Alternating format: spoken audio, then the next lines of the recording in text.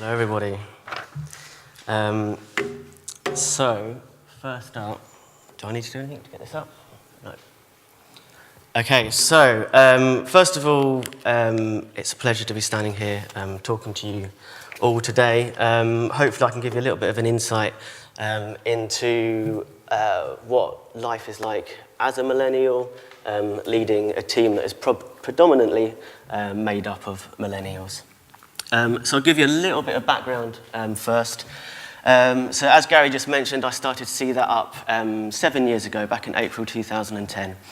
And previous to that, I was working with Sussex County Cricket Club, and cricket is a big passion of mine. I'm a big cricketer, not literally. I'm passionate about my cricket, and yeah, I was working in the marketing department, looking after their digital marketing, their website, and their TV channel, their online TV channel, Sussex TV. And whilst I was working there, I kind of saw the results that I was, we were all generating. But not blow my own trumpet, but in my time there, I managed to double revenue on the website, but also increase views on the online TV channel by 500%. And I was kind of like, at that time, I was like, okay, look, there's a real opportunity here. It was just whilst social media was really starting to ramp up. And I was like, look, if I'm going to do this, I'm going to go for it now. And I'm glad I did. So a bit about SeeThat. We're a video content agency. We create and promote online video content for a wealth of organisations in many different industries. But we actually do a lot of work in the recruitment industry and the internal communications industry. So we're working with companies like Asda, Intercontinental Hotel Group, the Ministry of Defence, Syngenta. So kind of big organisations, most of which are, well, they're obviously creating video content, that's why we're working with them, but want to attract and retain a younger audience. So hopefully I can give a little bit of insight as to how I feel about the millennials of today, and how I can share a little bit of wisdom, hopefully, with you guys. So, there we go. Starting up the company as a 23-year-old, a lot of people think that could be quite a difficult challenge or a scary challenge. And to be honest, it was. There were certain parts of it. There were certain things I had to do. But I was trying to think about the challenges that I really faced as a young person starting up a company. The only real thing that I could think of was getting that working capital to start off with, and the equipment. Obviously, I was creating video content, so I needed cameras and Mac. So I saved up for that, and I bought it. And I saved up 3 months of kind of living costs before I took the plunge and went for it. And then looking at the other things that could potentially be a challenge for young people starting up. So office space, well, I didn't really find that was a challenge. I started off in my grandma's spare bedroom, so I always talk about with Gary. Clientele, that didn't really faze me. I did have good connections, so I was in a blessed position having worked for the cricket club. But I was prepared to work hard, and I did a lot of pro bono work. I did a lot of free work just to get myself out there. So I didn't really feel that was a challenge. And marketing, again, I didn't feel that was a challenge because this was when social media was really kind of taking off. If there was somebody that I wanted to talk to, I didn't have to ring them up or go through the gatekeeper and get shut down the whole time. I could send them a tweet, or I could send them a LinkedIn message, or I could, well, Instagram wasn't around then, but you get the point. I could target them, I could get in front of them. So it wasn't really a startup challenge, it was the startup opportunities. And remember, this was 7 years ago. It's even more drastic now. If you look at the technology that we have, like, I'd place a bet that there's every single person in this room is carrying around a high-definition widescreen TV in their pocket. Like, that is kind of very handy for us being a video content agency that people have that technology. But even things like Wi-Fi, 3G, 4G, broadband speeds, iPhones, iPads, the way that you can now connect with people around the world, it's just developed so much. And so it's not a challenge, it's an opportunity. We also have, well, obviously we've spoken about social media, but the way in which that's developed, I mean, if you just look in the last year or so, the rise of Snapchat, Instagram videos, Facebook Live, like it's all there and it's all continuing to grow. You can get in front of these people, you can contact anyone whenever you want, from wherever you want in the world. But also things like teleconferencing, Skype, you look at Facebook, FaceTime with Apple and what they've done with their phones. Like that isn't a challenge. And then also, another big opportunity for young people starting up today is the mindset that people have that actually you can just go out and do it. You can, if anyone's read Tim Ferriss's book, The 4-Hour Workweek, you can literally work the other side of the world for 4 hours a week and still have a thriving business. So I think that young people today, or millennials, are in a really strong position to start up their own thing. And we're seeing that happen. Now, if you put that against how people were starting up businesses 15, 20 years ago, it's a totally different challenge. And then it is a real challenge. But millennials don't have that challenge today. And you're seeing it happen. You're seeing more and more young people not just start up, but actually get promoted and get to the top of the businesses that they're working for. So we've got 2 times more people in their 40s are becoming CEOs compared to a decade ago. You've got 40% of today's FTSE 100 CEOs are in their 30s or 40s. That's up 20%. And then 45% of CEOs today are in their 50s compared to 70% 20 years ago. So it's really clear that times are changing and younger people, millennials, are really starting to take on the market and take on the various industries that they're working in. But it's not just, I mean, they're stats that help back this part up, but young people want a challenge, and I think Adam mentioned this, what I'm going to talk about here earlier, that young people, they want a challenge. They want to continually be pushing themselves and striving for the best. So if you look at the stats here, that 2/3 of millennials interviewed in a recent study said the right amount of time to spend in a single role before being promoted or moving to another is less than 2 years. 25%, a quarter of those people said it's less than 12 months. So us as employers in this room, we've got to be so kind of vividly aware of this incredible talent, but what they really want. And we need to shape everything that we're doing to be able to nurture that talent. And there were some stats earlier, like the percentage of a millennial is going to be in the workplace in the next 5-10 years. I mean, it's obviously staggering. So we need to be aware of that. But what does this all mean to us as employers? It means that if we don't change, if we don't adapt, then we're going to lose that talent. And we're going to lose that really rich talent who have grown up in a digital environment, who have skills that we don't have, who knows things that we don't know, and know how to utilize those opportunities that we saw at the start when I started speaking there. So we must engage and respect millennials. That's the rule. Okay. We cannot become complacent. And I think, like, tying this into my journey and giving you insight as to what I've experienced as a millennial managing director, I actually feel that this comes pretty naturally to myself and my management team. It's just little things. I was thinking about it, and what would I do differently than a 50-year-old or 60-year-old managing a company would do? There's little things, the way in which we engage with our staff and the workforce, and just sending texts and having WhatsApp groups for comms. Like, we're not a multinational company, so we don't need your big intranets, but we have WhatsApp groups, and there's constantly messages flying around left, right, and centre. But a lot of our kind of corporate communication comes in the form of emojis and memes and selfies. Like, that's literally how we're communicating on a day-to-day business.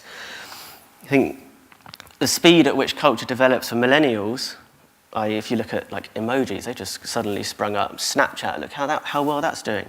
Animated GIFs, the memes. Businesses need to operate at a similar speed. And you mentioned it there at the end, that if businesses don't operate at that speed and don't kind of catch up with everything that's going or kind of be on top of what's happening, then they really are going to struggle. They really are going to struggle. Tying that into our journey, I think that's actually one of the things that we do well, but I think we do it naturally well because we are of that age. That we've grown up. That's just how you communicate. So thinking about this talk, like potentially, I don't know if this is true, but I don't want to stereotype, but maybe the 50, 60-year-old CEOs, they don't have that open kind of channels of communication with their staff. And I do think that this is actually a really important feature of our growth, or a reason that we've grown quite quickly over the last few years, is that we do have those communication streams, those open communication streams with our employees. But having said that, and looking at challenges for me now as a manager, one of my biggest challenges is actually when you do have to be that boss and you do have to be the person making the business decisions. And one of the toughest things you have to do as a manager is to let people go. And through those forms of communication, quite personal forms of communication, text messages and WhatsApp messages, you actually build really strong relationships, which is really important. And don't get me wrong, I'm not saying don't build strong relationships with your staff. But there is a time, and this is the challenge that you face, when you do have to sit down across a table and either break bad news or get them in line or whatever it may be. So looking at the challenges of being a millennial managing director, that's certainly one of them. So for us, we obviously big believers that young people are the future.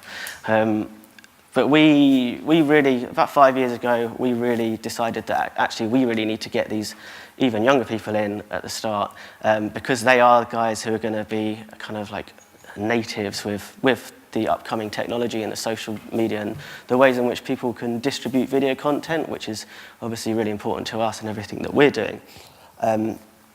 So we actually started up the SeeThat Academy.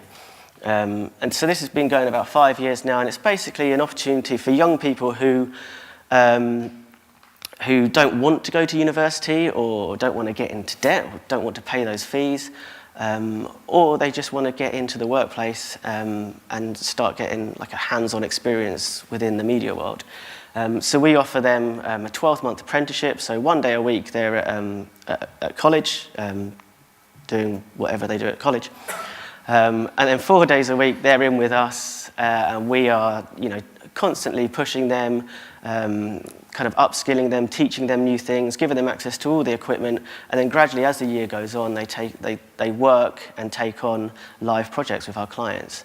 And this is a really, really important feature of SeeThat in getting those really talented young people. And some of our most talented members of staff, and we'll see some of the work that they've put together in a little bit, some of our most talented members of staff are people who have come straight out of college. Some of them didn't even finish college, just come straight into our work and had 12 months with us and upskilled. And because we're a growing business, there generally tends to be an opportunity for them at the end of those 12 months to step into a full-time position. So it's a really important part of I guess, attracting the young talent into our business. And as I mentioned at the start, with some of the brands that we've worked with, we're lucky enough to be able to take those learnings and take those insights that we get from the young people, as well as our more senior members of staff, and work with some major brands. And obviously, we're here today talking about recruitment and internal communication, so I'll focus on that side of things now. But what I'm going to speak about here is actually stuff that we have learned with those bigger organisations, because we're not at the size yet where we need a massive internal comms plan. But the brands that we're working with are. So we help shape their communication strategies, particular focus on video. And the one thing that we really do talk about, and it's on a previous slide as well, is this respect and engage kind of method. Young people, they engage with content, they engage with messages, they engage with communication in a very different way to older people. Not older people, but people who haven't grown up in this kind of digitally savvy world. And we talk about just creating content. Obviously, we're creating video content, so it's going to be quite heavy on video for a little bit. But creating content that engages, inspires, it tells stories, grabs attention, plants seeds, invokes a reaction. But most importantly, and we would say that's talking their language and like kind of respecting them, giving them content that they would actually want to watch, not just some kind of corporate talking head that's telling you about the new share scheme that's going to happen. But the most important bit is actually doing it in an environment that they're used to or it feels natural to them. So what I'm going to do, so there's two sides to this. There's the attract and then there's the kind of retain side of things. The attract is very much recruitment, I guess. I want to show you a video that we created for a department, well, a section of the Ministry of Defence, a section called DSTL. And I don't know if you know, but the MOD, they've got a real drive at the moment on attracting young people, millennials, into their workforce. And this is a real key thing for them at the moment. So we worked with DSTL to create a video that was, this was external, so this was a recruitment piece, but your typical recruitment piece would be, look at these benefits, look at what we can offer you, this is what you're going to get, look at your salary, you know, the pension scheme, whatever else it may be. But because we're aiming at a younger audience, we wanted to create something that shows what the MOD does, which is quite interesting, but also like really excites the viewer, and the viewer in this case is the young person who's, you know, potentially could have a career at the MOD. So let's watch this now.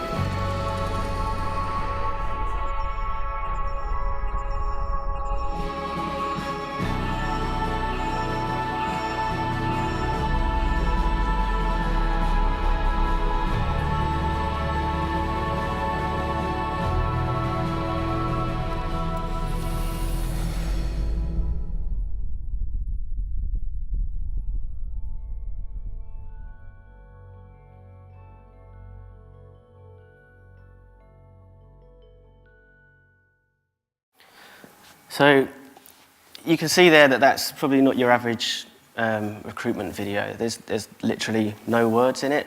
It's just a series of inspiring images that would really capture the attention of a young person who's looking to work or to go into that kind of career.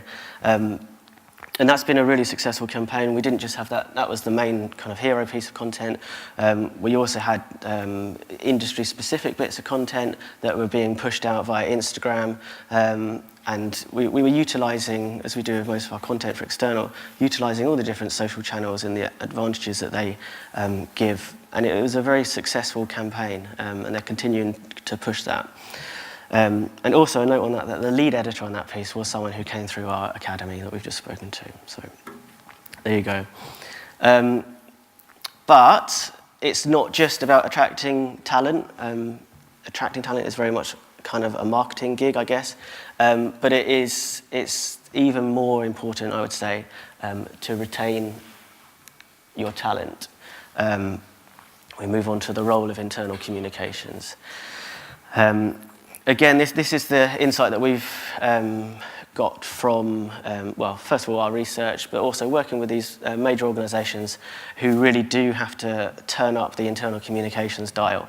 And obviously, again, a lot of it comes from video because that's where we come into play.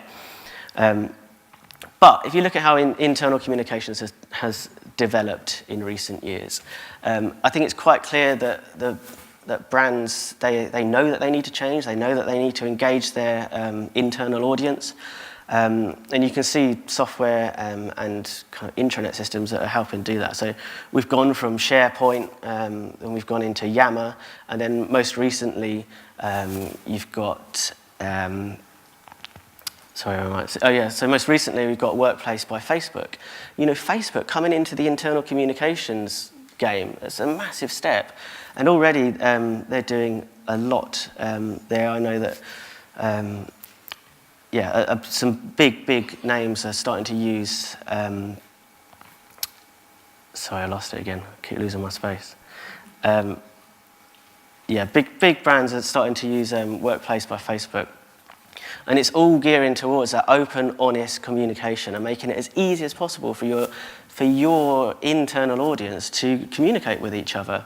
And this is really key, particularly for the millennial audience, because this is natural to them. This is what they've grown up doing. When they wake up, and again, stereotyping a little bit here, but when they wake up, they're on social media. At lunch, they're on social media. If they're waiting for a bus, they're on social media. If they're sat in an Uber, they're waiting for social media. So it's natural. It's natural outside of work. So why shouldn't it be that way inside of work? And I think this is where the really exciting thing is coming. You've got people like Mark Zuckerberg, owner of Facebook and everything that they own. And every quarter when they release their quarterly results, he's banging on about how important it is, well, how important video content is and how he's putting that at the heart of their apps. So why is that relevant? I'm not trying to sell video here. It's because it's engaging, and that's the biggest word that we're talking about here. It's engaging that audience and respecting them with the content that you're creating. We feel strongly that the lines between internal and external communications are really blurring. We did a little bit of research on this last year, and we've got a video. We'll talk through a couple of stats on that now. So I'll play this for you now. When people are financially invested, they want a return. When people are emotionally invested, they want to contribute. How do you emotionally connect with your employees? How do you cut through, inform, and engage? How do you make them feel included and motivated to contribute? Employee engagement continues to be a challenge in internal communications. 74% of employees feel that they're missing out on company information and news. 66% of employees are not engaged at their current job. These figures are surprisingly high, considering companies with engaged employees outperform others by 202%. Business and HR leaders acknowledge this challenge, and 9 out of 10 chief executives recognize the need to change their strategies to attract or retain talent. However, 61% have not acted on their plans. So, what can HR and IC teams do differently to drive engagement? 93% of IC teams now see video as an important tool. 53% of respondents agreed that employees now expect to see video internally because of the wide use externally. And how can they encourage a contribution? Employees are actively engaged on social media and want to share company content. 66% of employees believe they are already an advocate for their company. 75% understand the benefit of sharing company content on social media. Is it time to break down the barriers between internal and external communication? The time to connect is now. Are you ready? So, as you can see, there's some kind of key stats that have come out the back of that research. And kind of echoing what Adam said a while ago, 90% of CEOs recognise the need to change their strategies, yet only 61% have not acted on other plans. So, one that I think that's clear that it shows that there is change afoot. Like, things are going to be changing. Businesses aren't going to continue communicating with their internal teams in the way that they have done. And two, it also shows that there's a huge amount of opportunity, because we know that young people, I mean, if we are recruiters in the room here, we know that young people, they're ready to up and leave and move on to the next challenge if they're not getting that challenge fulfilled where they currently are. And now, I mean, for video, obviously we're focusing on video, 53% now expect to see video internally. But the message really here, it's about that engagement. It's about communicating with your internal staff and with young people in the way that they want to be communicated with. You saw the Simon Sinek's quote at the start there. When people are financially invested, they want a return. When people are emotionally invested, they want to contribute. We know that young people are driven by new challenges. We saw the research earlier. It's a key part for them enjoying the workplace and their work. And even at SeeThat, we're constantly looking at ways in which our young people can contribute to what we're doing, and just generally making it an open, honest culture. But it's not just about video, and these are just real kind of feelings from myself as a young manager, I guess, that you need to talk to your young people, you need to include your young people, give your young people responsibility, give your young people a sense of purpose, reward your young people, and celebrate your young people. I'm not saying that we don't do that in the room, but just even more so. This is the stuff that makes young people tick. This is what drives them. This is what is going to make them emotionally invested in your company, and this is what's going to make them want to contribute. So, in closing, I'd say that young people they're so talented, they have so much to offer. They can help any company achieve what they want to achieve, and push them forward. But it's imperative that we attract young people. It's imperative that we retain them, and it's imperative that we appreciate the value that this group of people can offer. So allow them to contribute, allow them to emotionally invest, respect and engage them through everything that you do. So that's my kind of insights and thoughts on the subject from a millennial managing a team of millennials. So I hope that that's been okay. I hope I've been able to share a unique insight into it for you. And that's me done, I think.